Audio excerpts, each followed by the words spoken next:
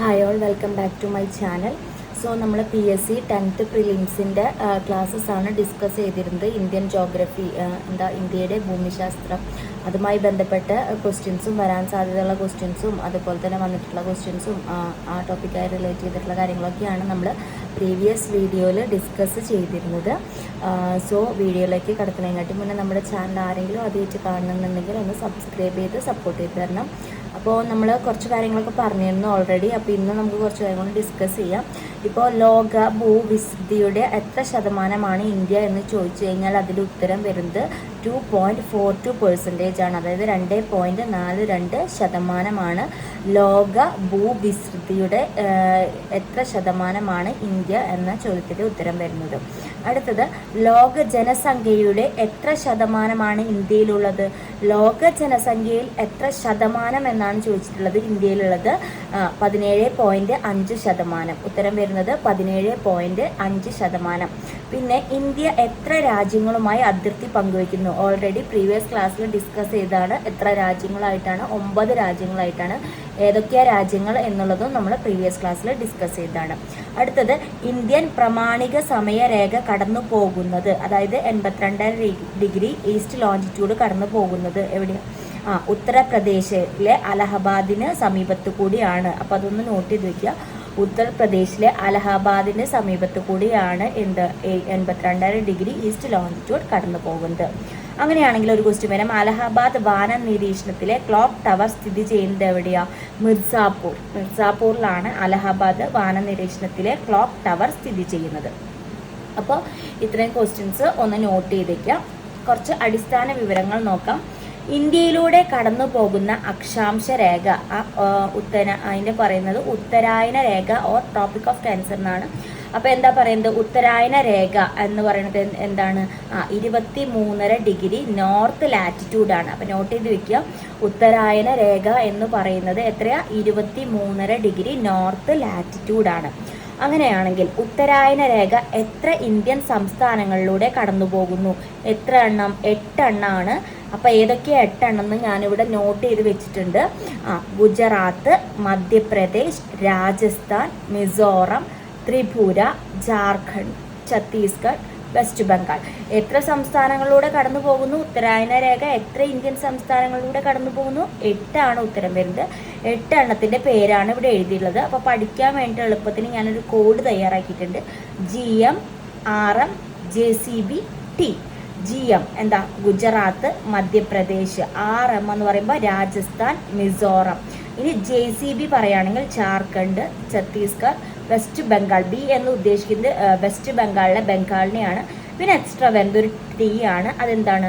ത്രിപുരയാണ്. അപ്പോൾ അതൊന്ന് നിങ്ങൾക്ക് എളുപ്പത്തിന് പറ്റുന്ന ഒരു കോഡ് ഉണ്ടാക്കുക. നിങ്ങളും അന്ന് അങ്ങനെ പഠിക്കുക. ഞാൻ യൂസ് ചെയ്യുന്ന കോഡ് ഇതാണ്.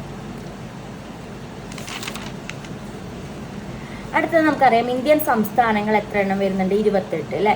അപ്പോൾ കേന്ദ്ര ഭരണ പ്രദേശങ്ങൾ, യൂണിയൻ ടെറിട്ടറീസോ 8. മുൻപ് 7 എണ്ണമായിരുന്നു. ഇപ്പോൾ എത്രയാണ്? 8 എണ്ണമാണ് വരുന്നത്. അപ്പോൾ അത് തെറ്റിക്കാതിരിക്കുക. പിന്നെ ഇന്ത്യയിലെ ജനസംഖ്യ നോക്കുകയാണെന്നുണ്ടെങ്കിൽ എന്താ? 121 കോടി. 121 കോടിയാണ് പറഞ്ഞിട്ടുള്ളത്. ജനസാന്ദ്രത നോക്കുകയാണെങ്കിൽ എത്രയാ? 382 സ്ക്വയർ കിലോമീറ്റർ ആണ് വരുന്നത്. 382 ചതുരശ്ര കിലോമീറ്റർ ആണ് വരുന്നത്. ഈ ജനസംഖ്യ വളർച്ചാ നിരക്ക്, ഇതൊന്നും തെറ്റിക്കരുത്. എത്രയാ? പെർസെൻറ്റേജിൽ പറയണം. 17.7%. ജനസംഖ്യ വളർച്ചാ നിരക്ക് 17.7% വരുന്നത്. അടുത്തത്, സ്ത്രീ പുരുഷ അനുപാതം. സ്ത്രീ പുരുഷ അനുപാതം എഴുതുമ്പോൾ ആദ്യം സ്ത്രീയുടെ എഴുതണം, പിന്നെ പുരുഷന്റെ. അപ്പോൾ സ്ത്രീയുടെ എത്ര വരുന്നത്? 943. അങ്ങനെ ഞാൻ വായിക്കാൻ ക്ലിയർ ആവുന്ന ഇരിക്കുന്നു. 943:1000. അപ്പോൾ എന്താ? 943 എന്താ? 1000. അപ്പോൾ എത്ര? 943 സ്ത്രീകൾക്ക് 1000 പുരുഷന്മാർ എന്നുള്ള രീതിയിലാണ് അതിൻ്റെ കണക്ക് വരുന്നത്. അപ്പോൾ സാക്ഷരതാ നിരക്ക് ചോദിക്കുകയാണെങ്കിലോ എത്രയാ? 74.04%. 74.04% ആണ് വരുന്നത് സാക്ഷരതാ നിരക്ക്. അങ്ങനെയാണെന്നുണ്ടെങ്കിൽ ഇന്ത്യയിലെ ഏറ്റവും വലിയ സംസ്ഥാനം ഏതാണ്? രാജസ്ഥാനാണ്. ഇന്ത്യയിലെ ഏറ്റവും വലിയ സംസ്ഥാനം രാജസ്ഥാനാണ്. ഇന്ത്യയിലെ ഏറ്റവും ചെറിയ സംസ്ഥാനമോ? ഗോവ. ചെറിയ സംസ്ഥാനം വരുന്നത് ഗോവയാണ് കേട്ടോ. അപ്പോൾ ജനസംഖ്യ കൂടുതലുള്ള സംസ്ഥാനം വരുന്നത് ഉത്തർപ്രദേശാണ്. ശ്രദ്ധിക്കുക, ഏറ്റവും വലിയ സംസ്ഥാനം രാജസ്ഥാൻ ആണെന്നുണ്ടെങ്കിലും ജനസംഖ്യ കൂടുതലുള്ള സംസ്ഥാനം ഉത്തർപ്രദേശ് ആണ്. ജനസംഖ്യ കുറവുള്ള സംസ്ഥാനമോ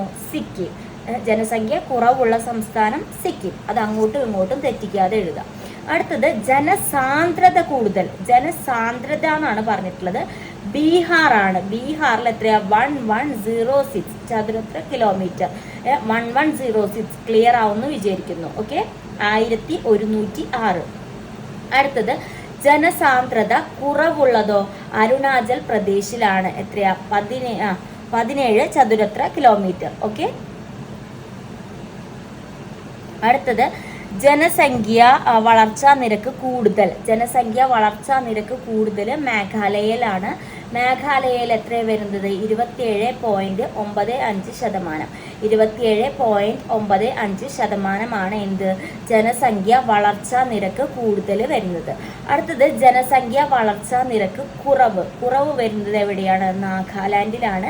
നെഗറ്റീവ് ആണ്. അപ്പോൾ അവിടെ ഒരു ക്വസ്റ്റ്യനും കൂടി വരും, നെഗറ്റീവ് സൂചിപ്പിക്കുന്നത് ഏതാണെന്ന് ചോദിച്ചിട്ട്. ജനസംഖ്യാ വളർച്ചാ നിരക്ക് നെഗറ്റീവ് ആയിട്ടുള്ളത് നാഗാലാൻഡിലാണ്. -0.58% ആണ് വരുന്നത്. -0.58% ആണ് വരുന്നത്. അടുത്തത് സാക്ഷരത കൂടുതൽ കേരളത്തിലാണ്. എത്രയാ? 93.91%. 93.91% എന്ത്? സാക്ഷരത കൂടുതൽ കേരളത്തിൽ വരുന്നത്. അടുത്തത് സാക്ഷരത കുറവ് എവിടെയാണ് വരുന്നത്? ബീഹാർ ആണ്. സാക്ഷരത കുറവ് വരുന്നത് ബീഹാർ ആണ്. എത്രയാ? 61.8%. അടുത്തത് സ്ത്രീ പുരുഷ അനുപാതം കൂടുതൽ എവിടെയാണ്? കേരളത്തിലാണ്. സ്ത്രീ പുരുഷ അനുപാതം കൂടുതൽ കേരളത്തിലാണ്. അവിടുത്തെ കണക്ക് വരുന്നത് 1084 എന്താ /1000 എന്നാണ് വന്നിട്ടുള്ളത്. ക്ലിയർ ആവുമെന്ന് ചോദിക്കുന്നു. 1084 സ്ത്രീകൾക്ക് 1000 പുരുഷന്മാർ എന്നുള്ള കണക്കിൽ.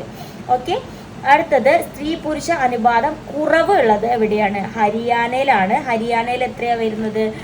879 അതായത് 879 1000 ആണ് വരുന്നത്. ഇനി പട്ടികജാതിക്കാർ കൂടുതലുള്ളത്. പട്ടികജാതിക്കാർ എന്ന് പറയുമ്പോൾ SC ആണ്. അത് ഉത്തർപ്രദേശിലാണ്. പട്ടികവർഗം എന്ന് പറയുമ്പോൾ വ്യത്യാസമുണ്ട്. പട്ടികവർഗക്കാർ എന്ന് പറയുന്നത് ST ആണ്. അത് കൂടുതലുള്ളത് മധ്യപ്രദേശിലാണ്.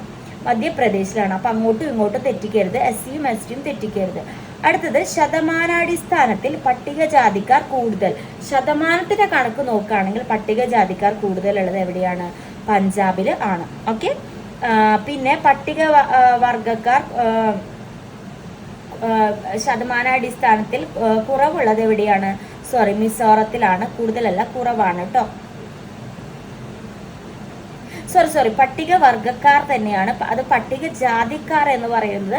പട്ടികജാതിക്കാർ കൂടുതലുള്ളത് പഞ്ചാബിലാണ്. പട്ടികവർഗക്കാർ കൂടുതലുള്ളത് മിസോറത്തിലാണ് കേട്ടോ. ക്ലിയർ ആയെന്ന് വിചാരിക്കുന്നു.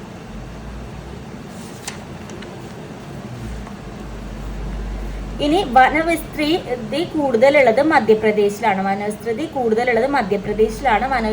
കുറവുള്ളത് ഹരിയാനയിലാണ്. പിന്നെ ശതമാനാടിസ്ഥാനത്തിൽ വനം കൂടുതൽ മിസോറത്തിലാണ്. ശതമാനാടിസ്ഥാനത്തിൽ വനം കൂടുതലുള്ളത് എവിടെയാണ്? മിസോറത്തിലാണ്.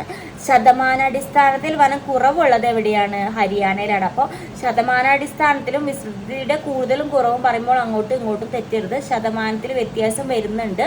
വെറുതെ കൂടുതൽ എന്ന് പറയുകയാണെങ്കിൽ അത് മധ്യപ്രദേശാണ്. ഓക്കെ, അപ്പോൾ ഇത്രയ്ക്കാണ് ഇന്നത്തെ ക്ലാസ്സിൽ ഡിസ്കസ് ചെയ്യാൻ പോകുന്നത്. Thank you.